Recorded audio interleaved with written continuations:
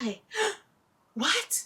She said I was nothing? How dare she? Hey guys, welcome or welcome back to my channel. My name is Dorcas, and for those who don't know, this is Dorcas Library where we talk about anything book related. I'm super excited that you're here, and let's talk about some book. I genuinely can't believe a quarter of the year is almost over.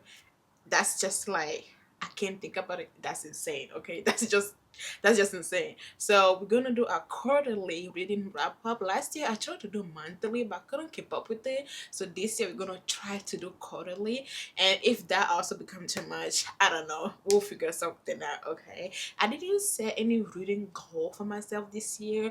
I'm just like, you know what, it is what it is, because by the end of last year I went to like a big slump, and I'm just now getting out of it, because for the whole quarter of the year, I think I've read like 12 book. Yeah, I think I read like 12 book in total for the first quarter of the year, which for me is bad. Okay, usually I read like 12 book in a month, but we're getting our groove back.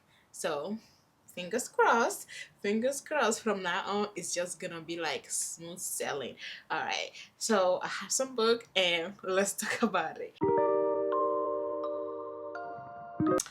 All right, so first, in January, I read Red, White, and Royal Blue. I've reread this book. I haven't read it in a long time, so me reading this book, it just gave me that feeling again of loving this book. Okay, I'm totally in love with this book, and it just remind me of that, and it also remind me of how I didn't love the adaptation, because like as a film, as just like a film on its own, like the movie itself, it's fine, it's good, it's just like a good rom-com. But as an adaptation of this book, no, yeah, it's not a good adaptation. Okay, like, love to Taylor and Nick, they did the big one with it, the movie is fine, but as an adaptation, oh, English, as an adaptation of this book, yeah, no, they took too many things out of it. The thing that make Alex, they took so many storyline, they took like most of the email that make the relationship, they took it out, and it's just so, like, they took some character that makes sense to the story. So yeah, I love this. I think everybody know what this book's about, but if you don't know, we have Alex and Henry, who are like kind of rival. Alex is the son of the president of the United States, and Henry is the prince of the United Kingdom, and they have this rivalry going on, and they mess up Henry brother wedding, so now they have to go through all of this false PR, and through it all they fell in love. This is amazing, and it's just, yeah, I think because I haven't read anything for so many months, that this just gave me that feeling of loving reading, and I absolutely adore it. So that was January. This is the only thing that I read in January. So yeah, that's very fast. So now let's go to February. So the first book that I finished in February was I, Medusa by Ayana Gray. This was our January pick. Me and my friend, we have like this book club, and we don't take it that seriously. But this was our January pick, but we all finish it in February, and I don't know what to say about this book. But this is the retelling of Medusa, and I don't know a lot about Greek mythology. But for those who don't know, we have Medusa, where it's like we all know how her story is not a happy ending. Okay, we all know like she suffered a great amount, but this book humanized her in a way where it focused on the little girl that's just Maddie, the human side of Maddie, and it has like a beautiful like representation of sisterhood. I love book that focus on sisterhood, because I think like having a sister is like one of the best relationship you ever have in your life. Like, I love my sister so much. I think I even love my sister more than I love my parent, because she has been there for me even when my parent wasn't. So this is like a beautiful like representation of black sisterhood, and also there's like a beautiful love letter to like a black woman hair and their locks, and it's sad. Okay, it's sad.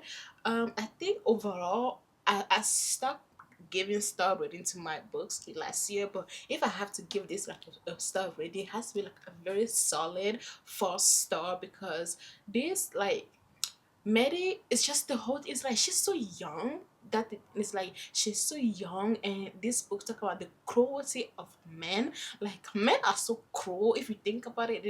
They're so cruel. Like every man that she ever encountered in her life, there was also cruel to her. Like the cruelty of men, how like abuse can manipulate a lot of people, and how like the chain of abuse start.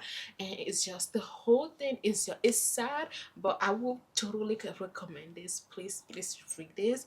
And I don't know anything else I can say about this. It was wonderful, and I think like Ayana Gray did an amazing retelling the story of Medusa. So please check it out. All right, so then after that, I needed like a little bit of a balance cleanse. I needed something a little lighter, so I read between like I think okay, wait a second. The book name is A Little Kissing Between Friends by Chinsia C. Higgins. Oh my god, I think this is the second book by this author that I've read. The first book was The Fun and Chris Plan a Wedding, and I absolutely love that book. That's like one of my favorite book of all time. So I tried this one. So this book, I still to this day, I don't know how I feel about it, because it's like two best friends like realizing they have feelings for each other, and one of them is a dancer at a club and the other one is like a music producer. So I love the representation. It's like a butch femme, less sapphic couple, and I love that. But at the same time, I'm like, I don't know if I want them to be together. Like, you know how like some friends you just want them to still stay friends, because at the end of the book I'm like, I don't know if I want you to be together or if I want you to remain as friends. So please check it out. I don't have like a lot to say about it. That's the thing. I don't have a lot of stuff to say about it, but at the end of the day it's just like I don't know if I want them to be together. So yeah, that's just my feeling about it. And the last book that I read in February was the one and only Son of the Morning by Akweke Ameze. Oh my god, I knew I was gonna love this book. I love Akweke. I just love the way they write. I love the way they write. So, Son of the Morning, absolutely fantastic. I think I love this book. I was so charmed about it. And one thing that like I love a lot about it is just like the marketing. It delivered exactly what the marketing was saying. Because one thing that I hate in this, like, if the marketing of the book is telling me another thing, then I open the book and it's not what the marketing is saying. But this is exactly how the marketing was. This is like a very quickly spicy romanticy. Like, I think uh the second chapter or the third, because the chapter are very short and I love that, but like the second or third chapter, there's like some spice in it and I like okay. But I don't know. I've been reading spice for so long, and for me it wasn't that spicy. But if you're not like, I don't know, if you're not used to reading spicy stuff, this might be just like a little bit too spicy for you. And for those asking, what is Son of the Morning? I'm so glad you asked. Let's talk about it. I think I'm just gonna like read some of the synopsis, because we have Tenderhearted Galilee. Tender-hearted Galilee was raised by the Kincaid, a formidable clan of black women sequestrated deep in the weeping willow and the dark rushing creeps of their land. Galilee has always known that she's different, that there's an old and unknowable secret around her existence. It's been a hollow ache inside her since her childhood, something she assumed she will always have to live with, until she met Lucifer Hallel. She's fronting as the head of security for her wealthy friend Arioko family, protecting a mysterious ancient artifact, but from the moment she lays eyes on her, Gali knows he's non-human. From her first instant, okay. See, this is where English not being my first language come in, because what the hell is this word and how can I say it? Okay, from her first incendiary touch. Yeah, we're just gonna leave it at that. We're just gonna leave it at that. Lucifer knows something even Galilee herself doesn't know, that she isn't human. Enter Leviathan. As Lucifer must trust his prince of hell, Levi is ruthless and determined to eliminate the intolerable danger that is Galilee before she brings death and disaster to those he loves. While unseen battle rage between hell, heaven, and earth, Lucifer and Galilee attraction threaten to bring all the structure of the existing crashing down around them. Soon, loyalty will be shattered and reformed as King K's secret clash with the Prince of Hell, driving even the most powerful to their knees. Galilee Kincaid must decide if she will step into herself and embrace the consequences of power in this astonishing, seductive, and wildly original fantasy. And I absolutely love it. Like, look at this cover. Like, tell me you don't love this cover. Okay, it's amazing. It has the beautiful prose of a quickie immensely, and it has like everything that is telling you it's gonna deliver on. It does it so well. And when I told you I was so charmed by Lucifer, it's like his one job is to like charm men, and he did it to a T. And I absolutely adore like this story and everything that goes on with it. And I love it. I don't know what else I'm gonna say about it. I love it. This is like a solid. I don't read a lot of romantasy, and not even because like I'm one of these people like I don't like romantasy. It's just not something that I read a lot of. So I can't. I don't know. I love it. I love every second of it. And there was like this funny part of it was so funny. It's like, okay, you're the devil, put it together. It's like the first night that they hook up, the next morning, Lucifer was like by the he was kind of like stalking her a little bit, just a little bit. And he was outside her window and she was talking to her friend. She's like, oh, it's nothing. And he was like, what? She said I was nothing? How dare she? I was like, dude, you have bigger things to do, okay? You have bigger fish to fry. Please, her saying it was nothing has nothing to do with you. Please go sit down somewhere.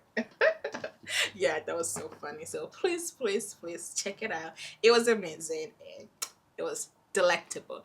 Alright, so now let's go to March. I think March was the month that I've read more than I have in months. I read 8 books in March, which I love for me, and some of them were reread and some of them were new to me authors, and some of them were just like a lot of stuff that I love. Alright, so first this was a reread is a Witch's Guide to Magical Inking by Single Mandana. Oh my god, I love this book. I forgot that I love this book so much. I read it last year and I don't think I've talked about it. So we have our main character Sarah, who lost all of her magic. Okay, like a couple years ago she was one her aunt died and she brought her aunt back to life, but she's not supposed to do that. So while doing that, she lost most of her magic, and at the same time she was kicked out of like the guild of witches or something like that. The she was kicked out of the guild because she's not supposed to bring anybody back to life. That's one of the rules, that she's not supposed to do so. But her aunt is just like one of the one person in her life that she can live with, so she brought them back to life. So now her magic is gone. Like it's not all gone, but she only have like a little bit left, and she can do like most of the stuff that she does before. She doesn't know how to restore her magic and fix it, and they're living in this inn. It's like a magical inn, and you have all these kind of people. It's like a beautiful fun family. Oh my god, I think this is like a series. I don't know if it's like a series or not, because the first one was like a secret life of irregular witches. I think that's what I call it. I haven't read that one yet, but this was absolutely fantastic. And like the romance in it is fine. I think that the romance wasn't like the key part for me. I think the key part for me was just like the fun family, the way they all just like a unit, and it's just like a very cozy. Despite what I just said, it's still very cozy in the sense, and I absolutely love it. Please, please, please check it out. I think like if I have to rate this as a 5 star, I don't rate anymore. But if I have to, this will be like a definite 5 star for me. So yes, please, please check it out. Okay. And next, this one also was a reread because I want to read the second book in the series, and this is Mistress of Life by K.M. Enright. Oh my god, I think I appreciated this book more the second time that I've read it than the first time that I've read it, because I think the first time that I've read it, I was like, I like it, but not really. But this second time, I connected with the character a little bit more than I did the first time. The story resonated with me a little bit more than it did the first time. So, for those who don't know, this book is about, we have three main characters. We have Sean, who just unalived her father so that she can gain his power, and in the process she wants to protect her brother. So in this world, we have these vampire-esque people that like use blood magic, like they use blood magic, but her twin brother, uh, he doesn't have any of the magic, and in this world they call them the unblooded. So in most of the time, the unblooded, they have to, they usually do like a tax, like the way we pay tax in our real world, but they don't do that with money, they do that with their blood, so that the people that have the whatever blood magic, they can continue using it.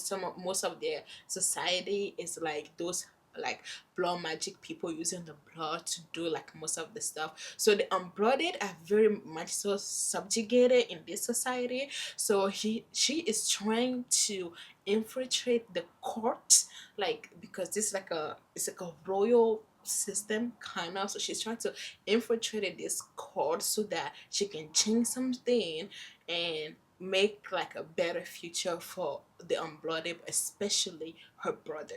And we have our second main character, who's Samuel. So Samuel, he is not uh he's an unblooded, but he has like this different kind of magic where he can tell anybody what to do and they can do it.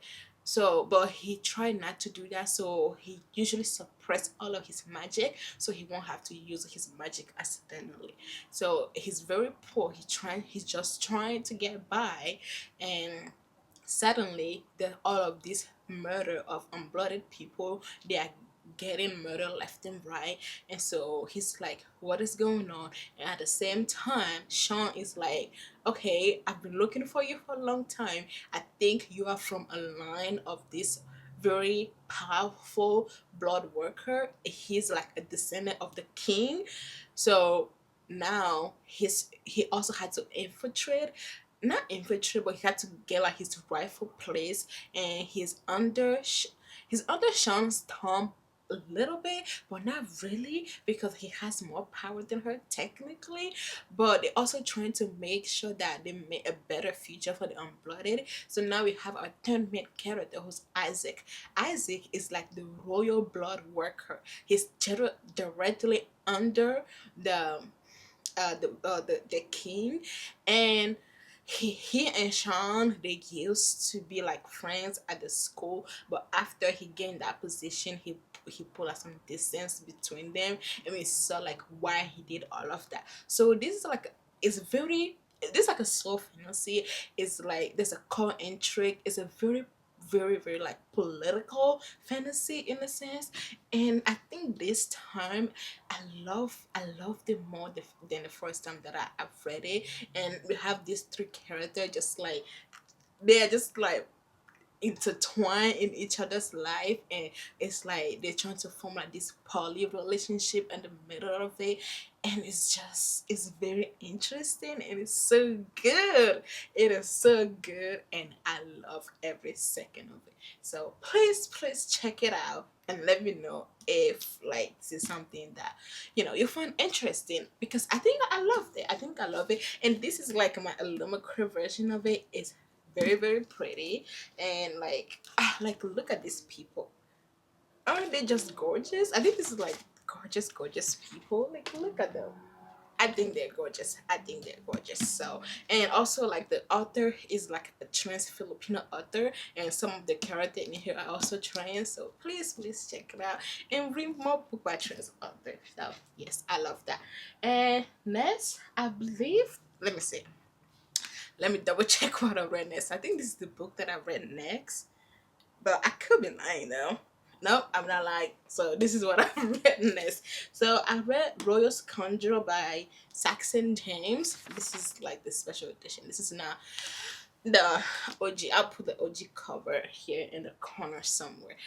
This is like a prequel to the Frat War series, and like because this is what's the name called? What a second. I'm bugging. All right, okay. So this is like a series of like frat boys falling in love and all of that. And this is the prequel of one of their parents in the previous book. And I thought I was going to love this, but I didn't. I didn't. It's like a very short novella. It's like 150 pages kind of, and it's just like it was like meh, because like I think you have to read the rest of the book, the first three book in this series, because this is like the book of one of the characters. It's like they're two different frat boy from two different houses. One of them is closeted, the other one is not. And you know what they do. They having like sneaking and all of that. So I don't know. I thought I was gonna love this, but I didn't. Which is sad because almost every book that I read by Assassin Jim is at least like 3 star, and this was below that, and I did not like that. I did not like that at all. So yeah, it's a prequel to the series. So I don't know. You don't have to read it. So yeah, that was sad. I hate that. I hate that. That's what happened to me. And next, the book that I read was Doors and Window. Is also like a novella. And this is by AJ Barlow. The first book in this series was a series of Room. So when you have to read a series of Room before you have to read Doors and Windows. So when I first read a series of Room, this is not like I can't in the right mind say this is like a romance book, because is there romance in it? Yes, but I think the core part of this story is like somebody suffering from years of abuse and getting out of it, and how like the foster system failed a lot of queer kid, and how like a lot of queer kid become prostitute in a sense to get away from going to conversion therapy. Because this is like, please check your trigger warning, because it's very heavy. It's very heavy. And in the first book we see how Liam and Jonah, those are our two main characters, how they meet, and how like even though Liam is trying to find a way to help Jonah, but he knows that if he does anything, it might hurt Jonah more than he is like.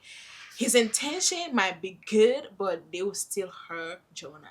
So, like at the end of the first book, we saw them they moved to like a. I don't know. This is gonna be like a little bit spoiler, but not really. But they moved to New York at the end of the first book, and the epilogue is like 1 year later.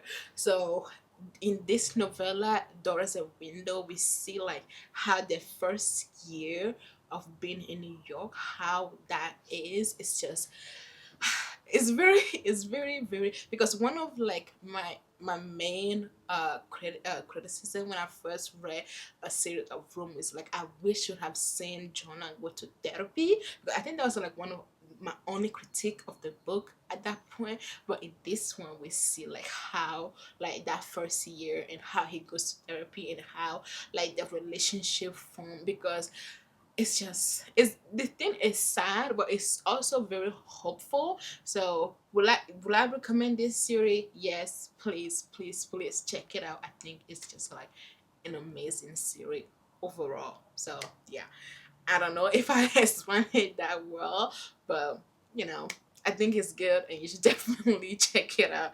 Okay, and all right, and next, the book that I read was Flamboyant by George M. Johnson. Yep, so right here.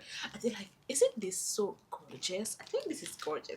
And also like, look at all of this. Look at all of this. There's more. Ah, if I can find it. Yeah, come on. There's more in here. Why can't I find it? Oh, let's see. You see, yeah, yeah. See, there's like a lot of illustration going through this. So this is like a very short, like biography. It's like a biography of 12 queer figures from the Harlem Renaissance. Because like from what I know, I don't know a lot about the Harlem Renaissance. I basically know nothing about the Harlem Renaissance, but most of the time when people talk about it, they don't talk about the black queer people that also influenced like the Harlem Renaissance. So in here you have like 12 short biography of just like 12 figures that help and also have like an impact on the Harlem Renaissance, and some of their story are unknown. Some people you might know them but you don't know that they're queer, so they're all in here, and I loved it. It's just like an introduction to these figures, and they just like, now you go ahead and research them. And like this, like when I read this, I also like, I found like some people that I want to read from. So I'm like, oh, I'm like, oh, this story sounds interesting. Maybe I should read this. Like a lot of them, like write. Most of them are writers. Some of them are poets, and some of them are like screenwriter. Most of them like singers and actress. So this was very very good, and it has like a lot of poem in it, and I absolutely adore this. So please please please check it out, and I think it's amazing. Okay, I think like this is the second book that I've read by George M. Johnson. The first book that I read by them was All Boy Are Blue. Till this day, I don't have a lot of thought about that book. I think I just need to reread it to form a thought, because I've read it last year and I still don't know how I feel about it. So I don't know. We'll see. We'll see how that goes. Okay. And next, the book that I read was, I think, wait, Make Room for Love. Yeah, that's the name of the book. Make Room for Love. And this is like a sapphic love story. And we have our main character who they met one night outside of a club. One of our main character. Okay, I'm bad with name. Okay, I'm so bad with name. It's like I remember the story, but I don't remember the name of the character. So we're gonna see what's the name of the character, because I forgot the name, which is just bad. Which is just bad. Okay, this is just bad. Oh my god. Okay, we have Isabel and Mira. Okay, so two of our main character, Isabel and Mira, they met one night when Mira was having a trouble with her ex-boyfriend. So Isabel like came in and helped her get out of that sticky situation, and also Mira is looking for a place to stay. So Isabel's like, oh, I have an extra bedroom. You can also come take my bedroom and and stay here if you want to. This story, I think like what I love more about it, and once again, it wasn't. I think the romance, like the love story, is fine, but what stood out to me more is like we have like a subplot in here that's like a unionizing, like the importance of the union, because Mira is like I think she's like a PhD student. Oh, is she like a PhD student? I believe no, she's not a PhD student. She's like she's like teacher assistant, and she's also doing her master. Yes. Oh my god. You would think I didn't read this book, but I promise you I read it. Okay, my memory is just bad. I promise you I read it. Please, I promise you I read it. She's like a teacher assistant, but at the same time she's like a master student. Jesus Christ. So at the same time she's been overworked, so they're trying to form her and her peers, they're trying to form a union at the school so that the school can recognize them and pay them what they're worth. So I think what I got out of it was like the importance of the union. I love that part more than I love the romance in it. So I think it's just like it's so like a beautiful story. There's like a trans joy. There's like, because one of our main character, Myra, she's a trans person of color, and I just love that. So please check it out. I think it's nice. And I think you also love the love story in it. I'm not saying the love story is not good. It's good. It's very very lovely, and it also talk about grief because we have Isabella who also lost somebody, and she has been stuck in this like situation where she doesn't know what to do with all of her grief. So it's also talk about grief and all of this. So I love the book, but I think like the subplot of how like the union help everybody, and the power in unionizing, I think that's what I took more out of it. So I still think that's like a good lesson to take out of a romance book. I don't know about you, but I love that for me. Okay. I absolutely love that for me. Okay, so next I have a graphic novel that, oh my god, oh my god, I didn't know this was just gonna like resonate with me the way it did. We have this graphic novel that's Luna Boy, and also, my god, I love this. Okay, it's just, oh my god, I don't know, it's just like, I never read like a graphic novel that resonated with me that deeply before, but this one did. Okay, but I'm just gonna read you like the a little bit of the synopsis, because if I'm trying to summarize it, I'm just gonna butcher it because my feeling about it just like all over the places. All right, so first we have Indu is a boy from the moon, feels like he doesn't belong. He hasn't since he and his adoptive mother dismembered their spaceship, their home to live on Earth with their new blended family. The kids at school think he's weird. He has a crush on his pen pal, who might not like him back, and his step family doesn't seem to know what to do with him. Worst of all, Indu can't even talk to his mom about how he's feeling because she's so busy. In the loneliness, Indu called out to the moon, begging them to take him back, and against all odds, the moon hears him and agreed to bring him home on the first day of the new year. But as the promised day drawn nearer, Indu find friendship in unlikely places and discover that home is more than where you come from. And when the moon calls again, Indu must decide, is he willing to give up what he's just found? I think this is just like why this resonated with me so much. It's like the story of being an immigrant, and it's just being feeling so out of place, and even sometime in your own family. It's just like because I'm making I'm an immigrant in this, like in this country. Okay, I am an immigrant, and my dad has been here. I don't know, I don't like talking about my my stuff online, but this just gonna be like an exception.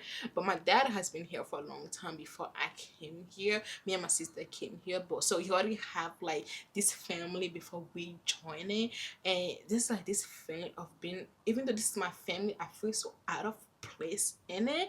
And it's just like I think that's what it resonated with me so much. When I told you I was crying over this graphic novel, is not funny. Okay, it is not funny at all. It's that feeling of being just like, I don't know where I belong.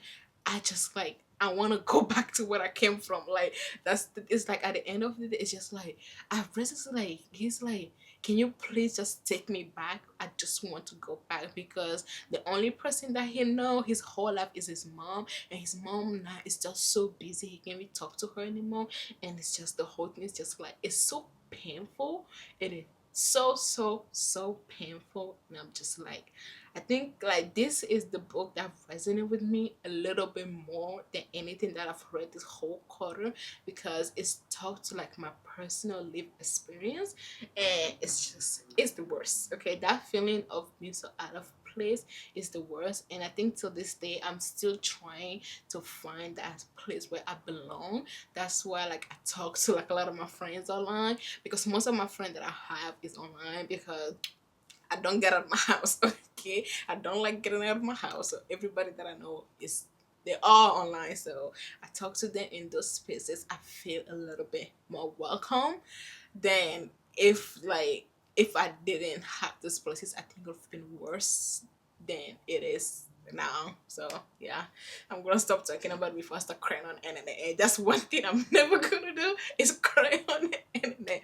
All right. So to end this quarter, literally, I finished this book on March 31st. Was Blood Orange by Yafa A.S. I think that's how you say. This is a collection of poetry about Palestine, and it's like, it's a lot about like indigeneity. See, that's the word I can say. One thing that sucks is English being like your third language, and you know the way you want to say, but you can't say it because it's just like it doesn't come out right, and I hate that. And I hate that. But okay, let me stop babbling. Okay, so we have Blood Orange, which is like a collection of poetry about Palestine, about indigenous sovereignty, and it's just like the way that ever since like October 2023, the world has been overly fucked. Okay, sorry for my language, but ever since the world has been fucked before, but it's just now, it's just getting worse as the months go by and the years go by. And I love this collection of poetry.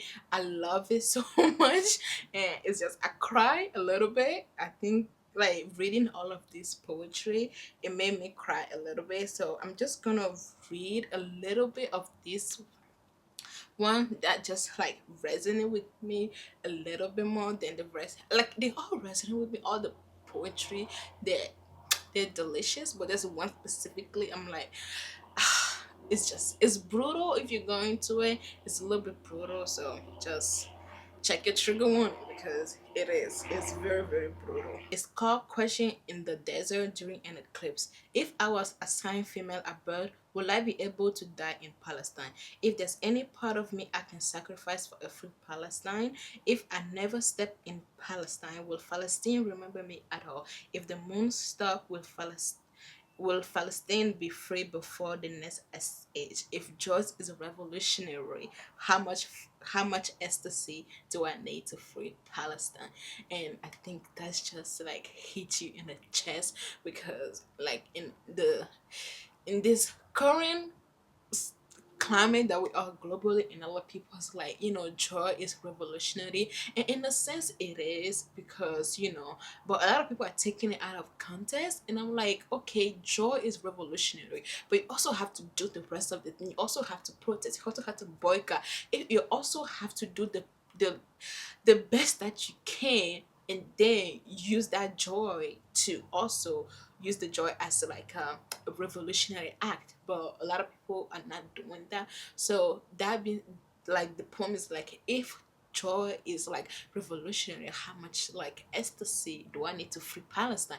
And it's just like, I'm like, oh my god, it's sad. It's just sad. The whole thing is just sad. And yeah, that's how I ended my quarter. So if you're still watching this video, thank you so much, and put like let's do emoji. Let's do like a orange emoji for Blood Orange by Yafa in the comment section below. So thank you so much, and tell me if any of this book or anything you want to read, or if you have read them before, do you like it, do you hate it?